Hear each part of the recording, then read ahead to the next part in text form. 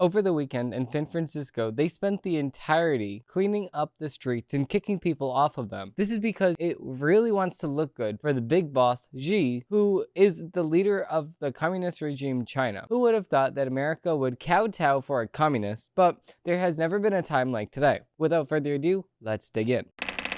Facts over tracks, this and that, spitting slow, spitting fast, I could roast, I could gas, think I'm okay at last, but I don't know if that can erase all the past. Beginning with this article, we actually have the San Francisco Standard, which is a tongue twister if you do ask me. San Francisco cleaned up streets ahead of APEC, but how and what exactly did it do?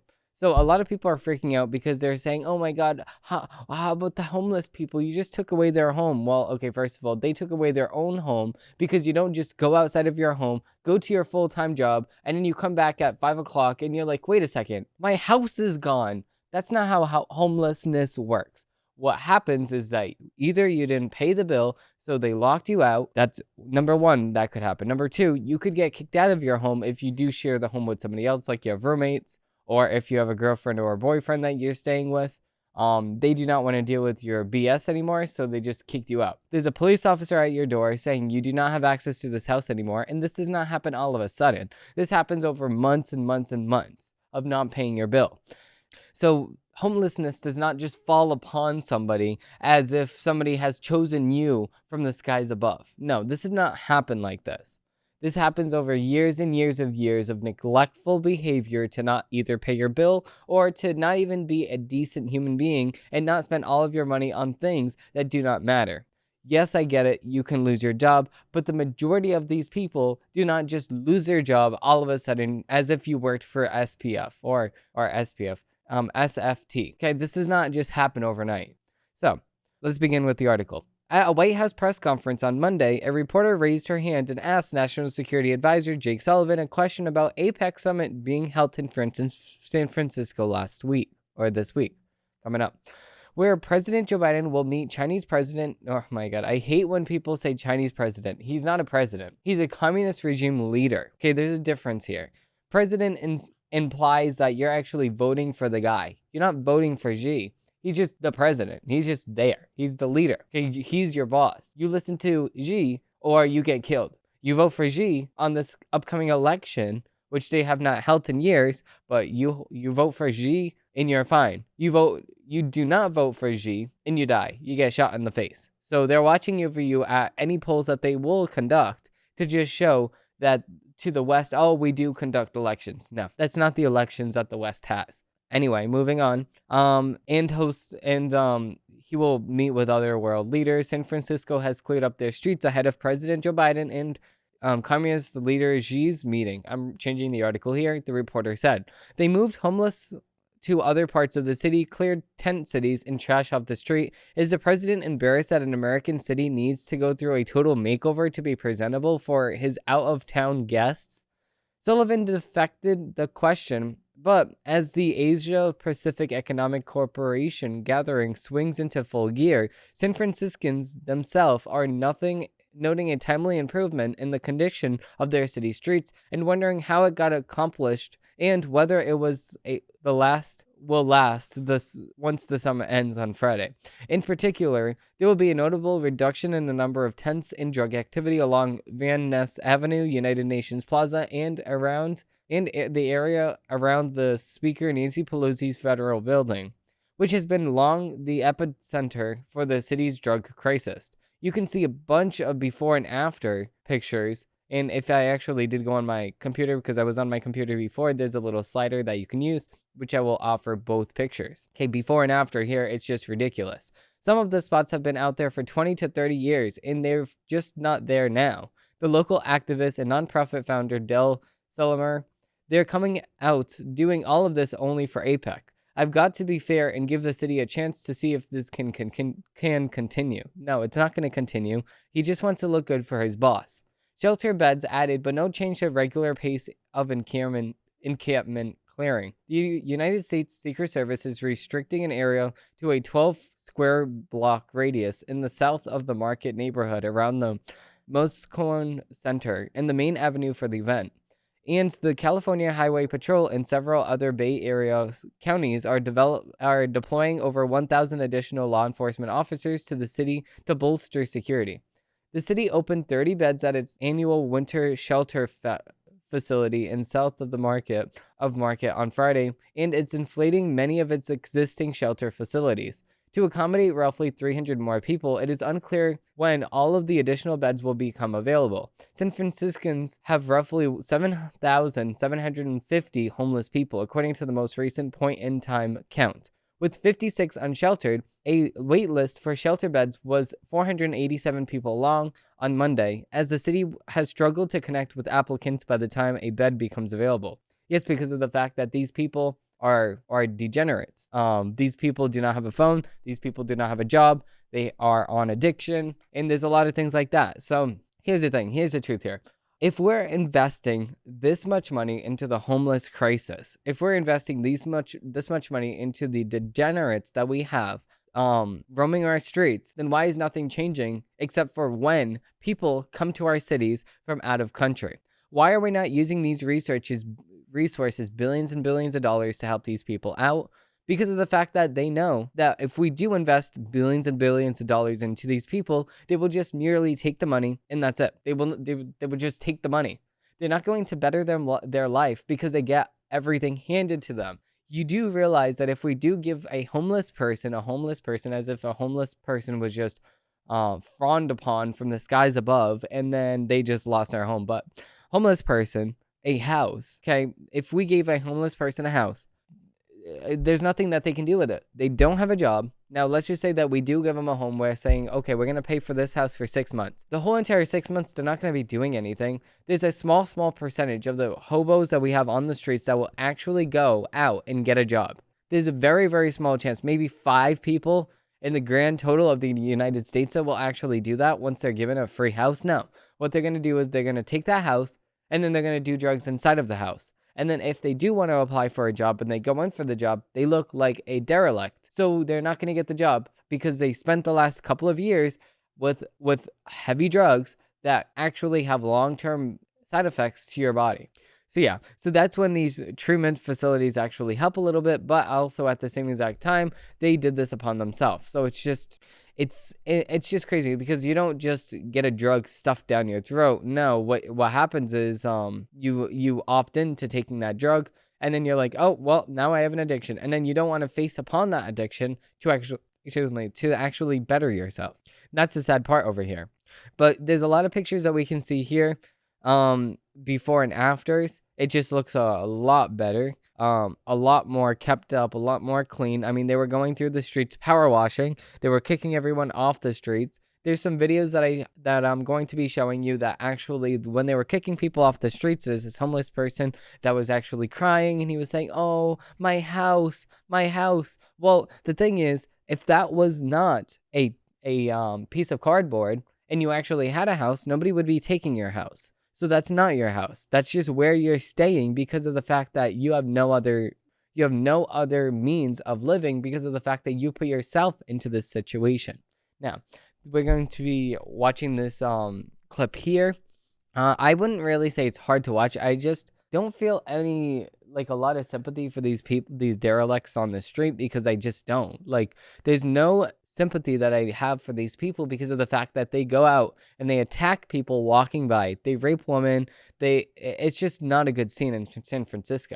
There's so many people that I've heard that they are just walking in the middle of the streets and they just get spit on. I was at a CVS one time and I was talking to my friend and all of a sudden a homeless person just started screaming at us. Like, what are you talking about? No, I do not have money for you. Okay, move along. Don't bring me into this. If I do not want to give you money, then I don't have to give you money. I'm going into CVS. I don't even carry cash on me. I carry my cards on me, first of all. So what do you have a Visa card reader for me to hand my Chase card over to you? You have an American Express card reader that I can hand you my American Express card? No. Okay, so stop asking me for money because I do not have money. Okay, I donate online for those reasons. And especially because of the fact that you see a homeless person, they have no hair, they have no teeth, they're obviously having a lot of drug problems. You give them $10 and they're going to use that $10 to go buy drugs. They're not going to go to Walmart and buy an apple. They're not going to go to Walmart and buy some food. Maybe they're going to spend $2 of that money on food, but then the rest of it they're not going to spend on food. They're going to spend it on drugs, which is not going to help the problem here. So let's react to this video here. So yeah, you can see a lot of these people are actually taking the tent and they're putting it. Oh my god, this is disgusting. Yeah, they're like, oh my god, this is disgusting. Okay, well, the thing is, if you were not in the middle of the street, then it would not be a big problem. So, I mean, I don't know why we cut out a certain exception for these people. So this is the exact thing here. So if I wanted to go and camp out on the streets, I can't. It's illegal. I need to go to a campground, pay money, have my tent over there at a special designated spot for camping, and then I'm free to go. Sometimes you even need a license to camp. So why is it that just because of the fact that you don't have a home, now you have the free reign to just go camp out on the middle of the street where people walk to work, where people ride their bike, where people do a bunch of stuff? Now you're just gonna take up the sidewalk because of the fact that you have a problem and now we need to sit there and be part of your problem now? No, this is not going to happen like this. That's not just. Now, not only that, but also if we do look at this video here that I did put together, we can actually see that they asked Gavin Newsom, the governor of California, why he is actually fixing the streets. Is it true that he's actually fixing all the streets in San Francisco because of the fact that Xi Jinping is coming over? And this is exactly what he said in response. I know folks say, oh, they're just cleaning up this place because all those fancy leaders are coming into town. That's true because it's true. Okay, so yeah, this is just revolutionary stuff because it's true. And you know, sometimes it's true because it is true. Now, I'm not going to do him fully dirty like they do to Republicans. I'm going to actually let him finish. But it's also true for months and months and months prior to APEC, we've been having different conversations. Okay, so this I don't really understand from him because of the fact that we had all these different conversations.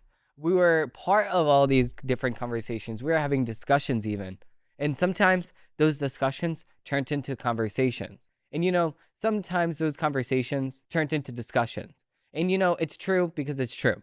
So to round up here, the discussions turned into conversations, discussions turned into truth, and truth turned into the truth, okay? So what does this actually mean here? Let me break it down. Xi Jinping is coming over, okay? Governor Newsom is blushing. He's looking at his cities. He's saying, this is disgusting. We cannot have my boss look at the cities like this. And then he's cleaning up the cities. So, I mean, if you were to ask me, I would say it's true because it's true. With that being said, we're going to be moving into the headlines of the week. Okay, so we do have a Daily Wire article here. We do have this being published on November 7th. I know folks say, oh, they're just cleaning up this place because all those fancy leaders are coming into town. Okay, we do have a Daily Wire. That's true. Oh my God, I cannot talk today. Because we do have a Daily Wire article. We do have this being published on November 7th. We have, this is actually the day of the election, by the way. So big abortion win. Ohio voters add abortion to the state constitution. So because of the fact that, and I did talk about this a little bit too, voters in Ohio actually voted to approve a ballot initiative that places a right to an abortion into the state's constitution. So this is because of the fact that all of these people, either it be in just in Ohio or throughout America, they're not focusing on the real problem here. And that is the fact that we need to reach a middle ground here. Not only because of the fact that we need to get something done, but because of the fact that the Democrats will not budge on this issue. So this is exactly what we need to do. And I actually outlaid this on a video that I did post on Monday. If you do want to check that out, I do go in a little bit more depth than what I'm going to go in right now. But this is what we have to do. Listen, not every single state is the same thing. We need to start somewhere. We need to have something on the state. We can't just say, oh, you can have an abortion at 18 years. At 18 years, you can just have an abortion. No, what are you talking about? 18 years? No, this is not going to happen. What we are going to say is, listen, this is what a baby looks like at 15 weeks. Can we agree that this baby that is a baby at 15 weeks old is a baby? Can we agree at that at bare minimum? And once we agree that this baby is a baby, then we can say that this baby is a baby because of the fact that it's a baby. And that's true because it's true. So now we're going to say that you cannot kill this baby because it's a baby, okay? That's just a harsh reality of the fact that if you do not know after 15 weeks of having sex that you're pregnant, then I don't know what the hell you're doing. I don't know what you're doing. You should be doing something. After the fact that you have sex, you should be going and having a pregnancy test. Yes, sometimes it can be a false positive or a false negative. But once it comes up positive, how about you just go to the doctors? It's free. Most people have insurance that covers doctor visits. So just go to the doctors and say, okay, I just want to make sure, am I pregnant? Am I not pregnant? This came up positive. I just want to make sure. Once you go to the doctors within the 15 weeks in this case scenario, you should be fine at that point. What's the problem here? That baby is a baby at 15 weeks. You cannot go back and say, oh no, no. I don't want this baby now. It's a baby now. You waited too long. You waited 15 weeks now. So if it were up to me, we would save all the babies in the whole entire world. But it's not up to me. It's up to the voters in each state because this is a republic democracy. It's a democracy halfway. So we vote on some laws, but then we vote on other people that represent us to pass more laws. So that's why it's a republic, but then it's also a democracy. So it's not a full democracy, but it's not a full republic. So yeah.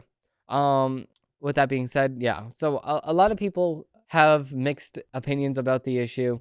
I have my full extreme opinion, as some people like to call it. I don't think that it's really extreme. I just think that it's just savoring every single human life because it's special. So it's just basic human rights at that point. But if we were to find an organism on Mars, we would not just kill it and say, oh no, that's not a baby. No, it does not matter. If we found any organism on Mars, we would be studying that thing like it's human life. We would be studying that thing and, treating it better than what we would treat human life on Earth. And that's sad. That really is sad. Continuing with the article, pro-life advocates say that the measure will effectively make abortion legal at the point of pregnancy. That's too far. The day before you're pregnant, or the day before, I think I said that wrong. Pro-life advocates say that the measure will effectively make abortion legal at any point in the pregnancy. Okay, so the day before you give birth, you say, no, I don't want the baby anymore. That's a full baby. That's a full termed baby. So what are we talking about here? We're just going to kill a baby because you don't want it anymore? No, it's too late. It's way too late. The initiative brought in millions of dollars in spending, with more than $18 million being spent in favor of pro-abortion initiative, with $4 million being spent in opposition since August 9, according to NBC News. And this is exactly the case that I was talking about on Monday. You will see all of the Democrats come together on this issue and use all of their money, as a group to get the thing that they want done. But Republicans, on the other hand, will just be all independent and say, no, you pay for you, I'll pay for me, leave my money out of it. No, we're going to use all of our money as a group of politicians and make sure that this gets passed. I would have liked for Trump to chip in on this. I would like Vivek Ramaswamy to chip in on this, Nikki Haley, DeSantis. I would like all of these people, even the smaller governors, I would like all of the Republican governors throughout the state to go and tap into their political their political fund over here and then give some money to that. So then we would say, okay, well, you have $18 million invested into ads. We have $20 million invested into ads. And then if you match that, then we just keep going up and keep it going up because we need to win elections. We need to stick together just like the Democrats are doing. Yeah, so, I mean, it's just crazy. We already talked about that mostly, so I don't want to reiterate what I already said. So if you do want to check out that episode in full detail, I did post it on Monday, so it's going to be still there available for you guys to watch. Okay, moving into the next article, we actually have a CNN article. We have doctors race to save newborns as Israel says it's battling Hamas around Gaza's largest hospital. Now, a lot of people are freaking out about this situation, but it's not what you think. So, at the same exact time as we would like to jump to conclusions here, it's just not true. All of the things that are being said from the mainstream media are just not true. No, Israel is not targeting hospitals. No, Israel is not targeting churches. we have seen time and time again that the Israeli Defense Force would have to sit there and defend its own actions that they took because of the fact that the media looks at this situation and says, oh no, you're so bad. What are you trying to do here? You're trying to genocide a whole person? You're trying to genocide people? No, that's not what they're trying to do. Because if they were trying to genocide people, then why did the population of Palestinians go up not only in Israel, but also in the countries around them, the Gaza Strip, and then also the West Bank? Why did Palestinian citizens rise in those countries, in those areas, if they were doing a genocide on people? They're not doing a genocide on people. What they are doing is they're striking military targets because of the fact that these people, Hamas, would like to just destroy Israel. So because of the fact that Hamas would like to destroy Israel, Israel would like to obliviate Hamas, but not the people of Hamas, the government of Hamas. But you're acting like these two people are not hand in hand. No, I'm not saying that all of the citizens of Gaza should be killed now. No. What I am saying is that they voted Hamas in. They had an election. They voted Hamas in. If they had an election tomorrow, they would be voting him in again. So, with that being said, all of these people have been indoctrinated from a young age to actually believe that Jewish people are the ones that are bad. So, if you do look at this picture too, at the same exact time, they keep using the same exact pictures. They do not have access to any more pictures other than this. So at the top of it, they just use this picture that they've been using since the very beginning. This picture is not new. And then also at the same exact time, it's just published by the Hamas. I mean, it's just manipulation at this point. And then people fall right into the manipulation that Hamas puts out. So if you do look at this, these pictures, like I said, are from what Hamas is releasing. So a lot of people are saying, oh, well, why are you targeting this hospital? Why are we targeting this hospital? Well, if we look at the hospital itself, we had terrorists running into it. We had AK-47s inside of the hospital. Why were they using AK-47s inside of the hospital? You tell me. And then we can also see at the same exact time that there were terror tunnels and underneath the hospital. Why were there terror tunnels underneath the hospital if this was just a hospital from the WHO? And that makes me question the WHO too. We did have a deep dive into the WHO. If you do want to check that out, I do have it on my main channel, Demetrius Orijo here on YouTube. If you do want to check that out, it's called Government Manipulation. So let's dig into this this video that was actually published by the IDF.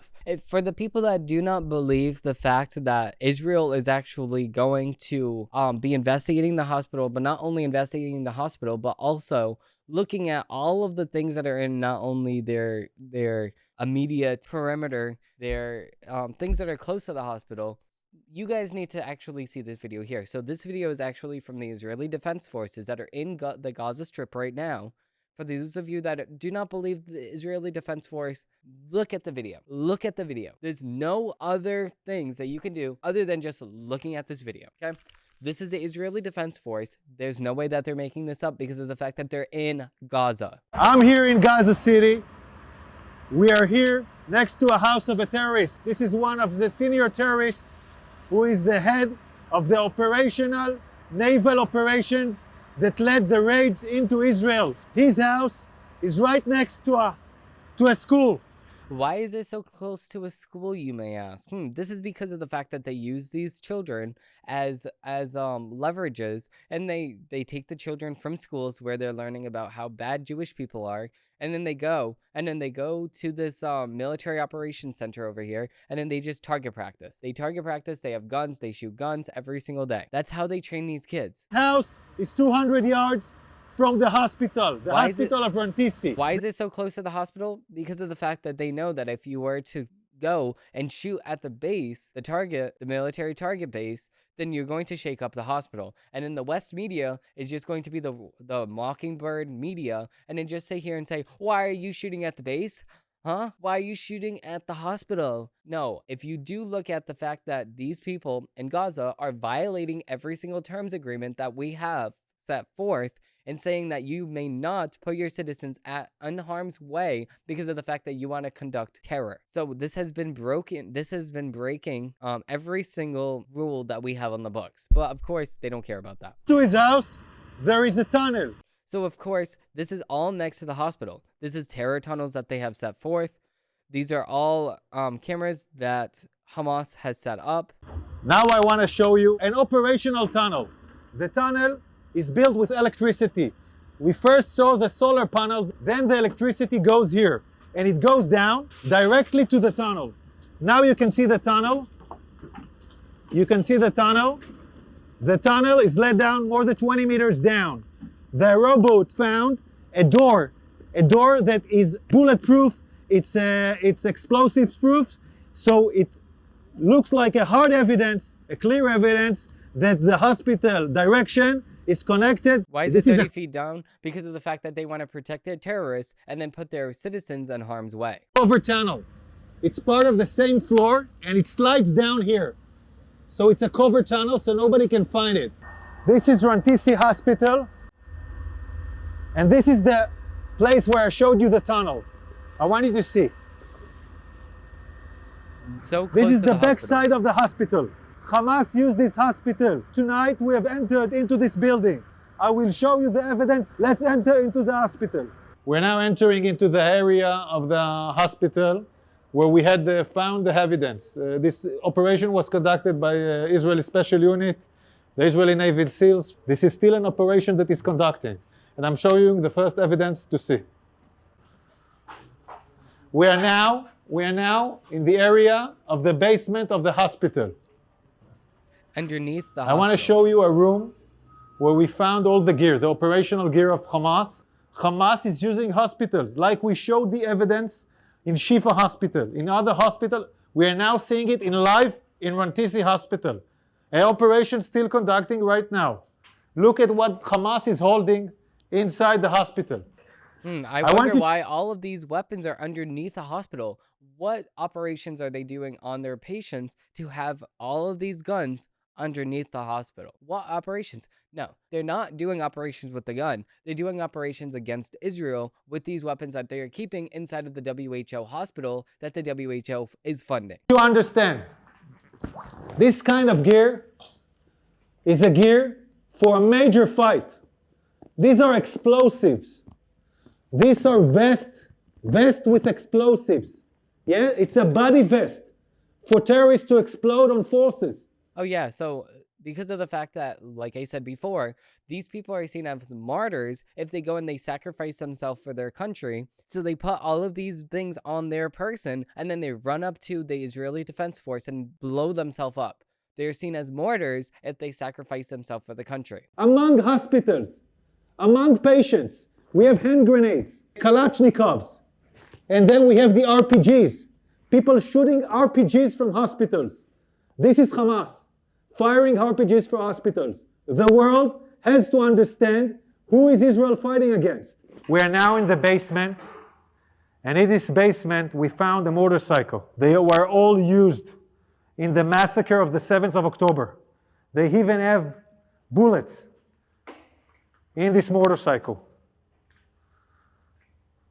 So they came back from the massacre on the 7th of October into Rantisi Hospital with hostages on a motorcycle. We're still researching this. Yards from here, we find the chair, a woman, clothes, and a rope. Yep, so underneath the hospital, they have chairs where they used to keep hostages, and then they enclosed them. This is just a dirty basement. They enclosed them, and then they just kept them on the chair. Disgusting. A rope next to the legs. And look above this. Look above it. It's a baby bottle. It's a baby bottle in a basement. Above a World Health Organization sign. Oh yeah, so because of the fact that this is in the basement, they have all of the WHO standards and all of these electricities running from the basement up to the actual hospital, and then all throughout that there's scattered terrorist guns, there's terrorist bombs, there's baby bottles. I wonder why, because they captured babies and they kept them in this basement. This is a suspicion for an area where hostages were being held. We're now looking at an infrastructure. You don't need to build something improvisedly in a hospital in the basement. No. Unless you want to hold someone in the basement, you don't want anyone to see him. Again, we're in the same basement, And here we see diapers, and we see, I don't know, maybe something. We see diapers. Yeah, so there's baby diapers inside of the basement. I want you to that see the this room. WHO is funding. It's in the basement of the hospital. We can see this area is a closed area from the rest of the hospital. We can see the ventilation air that was done improvisely. Yeah, why is this this area. happening in a WHO-funded hospital? WHO, you have some questions to answer here. Why are you not investigating the hospital that you yourself is funding? Why are you not investigating every square inch of this hospital to make sure that they're not using your money to conduct terror? Because you don't care. WHO, you don't care. And we can see infrastructures that was built in here, toilets, shower, a small kitchen, will provide the terrorists their needs. Also conduct a hideout where terrorists take hostages and hide out. And I will show you now the evidence. You're now entering into the room where we suspect the hostages were being held. I want you to look at this room. People are putting curtains with nothing above, just wall. No reason to put here a curtain unless you want to film hostages and deliver movies. And now we'll show you more evidence. In this room, there is a list. This list, in Arabic, this list says, we are in an operation. The operation against Israel started in the 7th of October. This is a Guardian list where every terrorist writes his name and every terrorist has his own shift guarding. Oh yeah, so I wonder why this calendar actually started on October 7th. Because of the fact that that's the new chapter. That's the new beginning for Hamas, because they're actually starting from the terror that they caused to Israel on October 7th, and then they're working their way to see how many days they could actually go. That's why they were keeping track. Yeah, just disgusting. Then he goes over all of the names. It's just blatantly evil that at this point, people are not understanding that Israel is defending itself. Israel has the right, indeed, the necessity to protect itself. If Israel does not protect itself, then Hamas is going to walk all over Israel, take over Israel. Then what are we going to do? Hamas is then expanding. So no, we will not be dealing with Hamas. Israel will be dealing with Hamas, and we will be funding our ally. Our ally is Israel. We have a duty and a right to not only make sure that our allies are fully funded in the ability to actually take on its enemies, but also make sure that its sovereignty is protected also. Because we cannot have another democracy fall because of the fact that we have a terrorist regime hiding in basements underneath hospitals. We cannot have our democracies around the world fall because of terrorist regimes that want to go and invade them. And then we can't do anything back to them because they're what? They're going against the rules of war. The rules of war perfectly outline the fact that you cannot have citizens in or near military operations. This is exactly why. So if you do evade the rules and you break the rules, and now because of the fact that you broke the rules, now we can't do anything, talk about the incentive. The incentive for the rest of the world to be just breaking the rules now, just because of the fact that now we can't do anything because now we broke the rules or they broke the rules. That's not right. No. Just because you broke the rules does not mean that you're not going to have repercussions for your actions. This is exactly why Israel has the right to defend itself. Look at who they're fighting against. In 2001, when America fought against Al-Qaeda, nobody was sitting here saying, oh no, we need to actually sit here and we need to think about the long-term jeopardy, and we need to sit here, we need to we just need to think about it for a little bit. No, thousands of people died. We will go and they will face repercussions yesterday. That's exactly why we bombed 2 separate countries after 9/11. Now, Israel does not want to sit here and obliterate the whole entire country of the Gaza Strip. No, what they want to do is they want to take out Hamas. And just because of the fact that Hamas was voted in by its people, a lot of the people actually believe the same thing that Hamas did. Now, that's not sitting here saying, oh no, all of the people have to die now. No, what I am saying is that we're acting like these are total different things. Like the citizens do not like what Hamas is doing. No, the citizens do. That's exactly why the citizens are the terrorists. The citizens are the martyrs if they sit here and then they stay in the buildings while Israel sent out 60 million text messages, SMS. They sent out 120 million phone calls to everybody to make sure that they were leaving the areas that they are going to be bombing. So if all of these flyers going out from Israel, they're telling them, listen, you need to leave the area. If all these flyers are not working from what Israel is sending out, then what's going to work? You can't go door to door and tell people to leave the country because then they're going to just shoot you. That's not safe. So you're telling us that Israel has to put its own citizens and its own military in harm's way because of the fact that Hamas is not negotiating, because of the fact that Hamas wants to sit here and put civilians in harm's way. That's the responsibility of the governing body of the country. That's not the responsibility of other governing bodies of other countries. So this is just above me. I just don't understand at this point why people are not looking at the videos they have straight in front of their face. It just does not make any sense to me whatsoever why people are doing this. But I did have one other thing that I did want to touch base on before we do break for tomorrow. So we can see that in Islamic Republican of Afghanistan, oh no, wait, no, that's going to be for another day. But okay, so this I actually saw on X. So Hamas terrorists fired an RPG at IDF soldiers from a hospital and was eliminated. So this is actually the hospital here. So we can see from this video enemy fire from the entrance of the hospital towards IDF troops.